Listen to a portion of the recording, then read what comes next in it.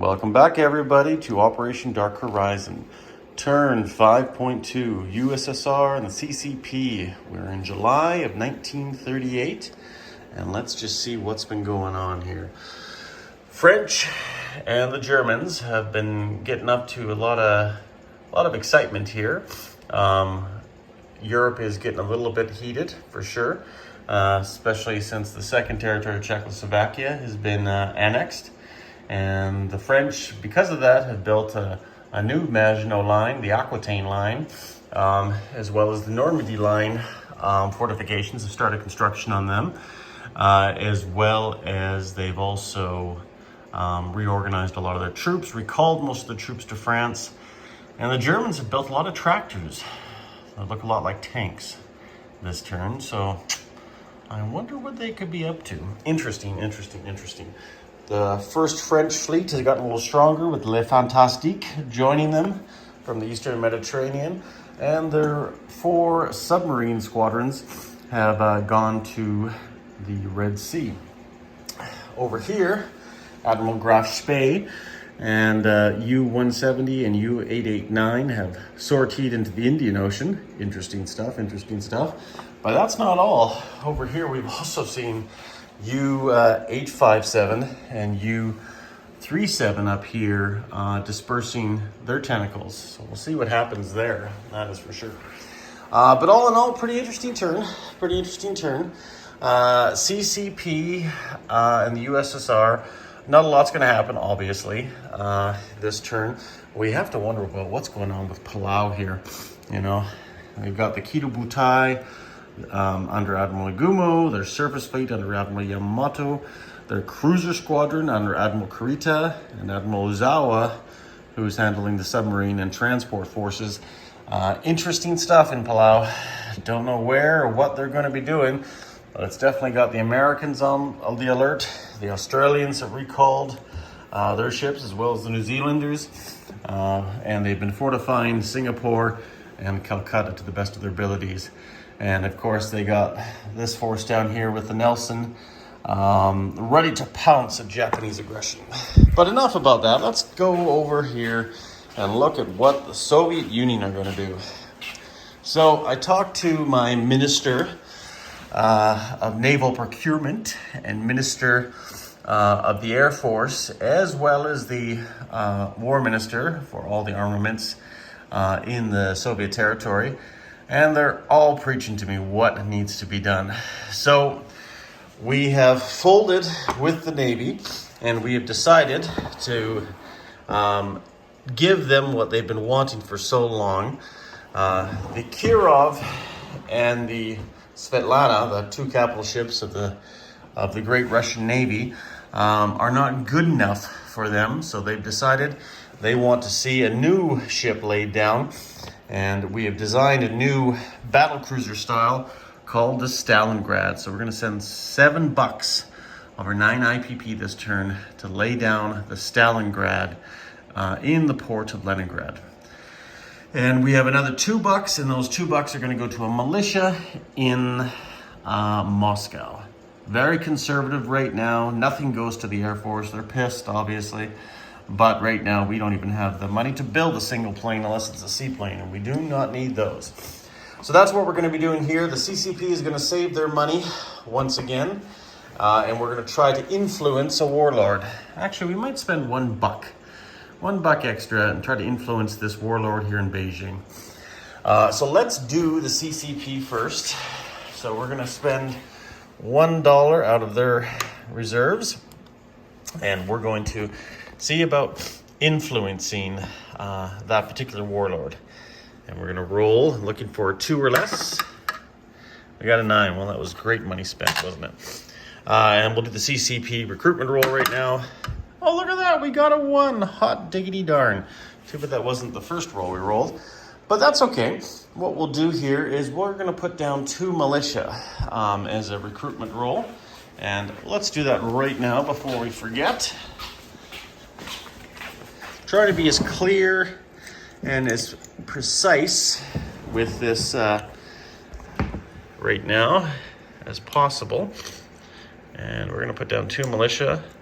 I often thought if we did get something on the recruitment roll, we'd do an infantry, but I really want to make it tough for any invaders going into Shaanxi, or as tough as possible. And with the militia, we got a lot of cannon fodder.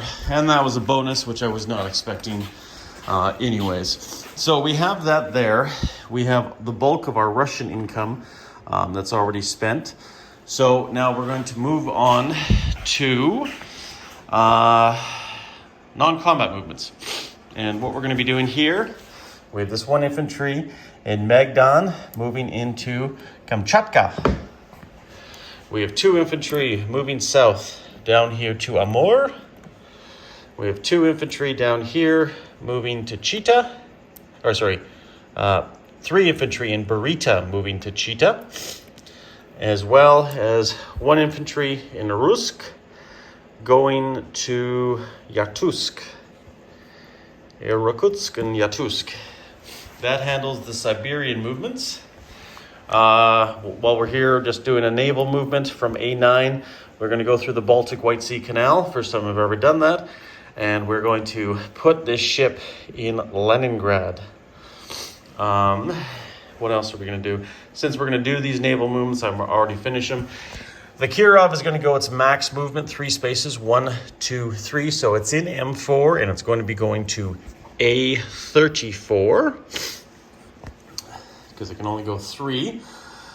And then we're going to sortie the entire 9th Fleet, which is 1 light cruiser, 2 destroyers, and 3 submarines from Leningrad. And we're going to go a max of 3 spaces, 1, 2, 3 into A6 to monitor that sneaky British submarine. And our submarine that's in the Baltics in A12 is also going to go back there too and join with that fleet as well. We're going to go sortying into the Atlantic. So now we have 1 ship in A35 and the remainder of the Soviet fleet in A6, and 1 torpedo boat destroyer, the Toros, in Leningrad, or in that sea zone there. And now, next up, we are going to do rail movements, I believe. Yes, we're going to rail 1 artillery up into Karelia.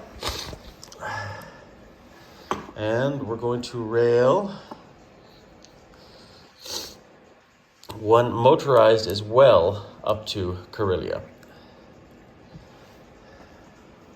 And that motorized is coming from Smolensk. And that artillery came from Moscow. And they both go into Karelia to support those units on the Finnish border. That should conclude everything. I don't see anything else that I know. Of course, the Spanish Civil War is long over. We're going to roll our Mongolian recruitment roll, and then we'll place units. We're looking for 4 or less. And we got an 8. Not very successful on any recruitment roll, really, except, well, obviously the C.C.P. So, I hope the Japanese let me occupy my own territory without them wanting to attack. But if they do decide to attack, I might take that as a grudge, and they might have another war on their side. So they should just behave themselves. I think that would be very prudent of them. And yeah, we can't roll our income roll because that's only once a year. So next year we can have another income shot, which is very unfortunate, only getting $1. But hey, you can't cry over spilt milk. But on the bright side, Stalin is going to attend the lovely commissioning of the hull, not the ship itself, but the hull here in Leningrad. And I'm just going to put that down here with a construction marker as well. Actually, I'll put it on the board. And we can see actually what's on the build queue right now.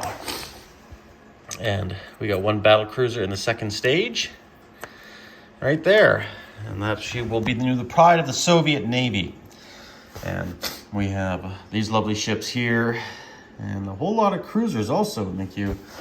But that's about it. And then, of course, we did buy that 1 militia that's going to go into Moscow. We have no Lend-Lease to Abyssinia this turn. We figure, you know what? Nah, they should be able to handle it. They'll be fine. And see what the Italians do next turn. Anyways, guys, I think that's everything, unless I've missed something. And this turn is over, and we're going to pass it back over to Wintermute for 5.3, and go check out his channel. Check out the playlist too if you want. I have everything lined up with all the channels, playlist of Dark Horizon, and see what the Japanese have in store for the world. Or maybe they're just having a bit of fun. Who knows? We'll see, guys. Take care. Talk to you soon.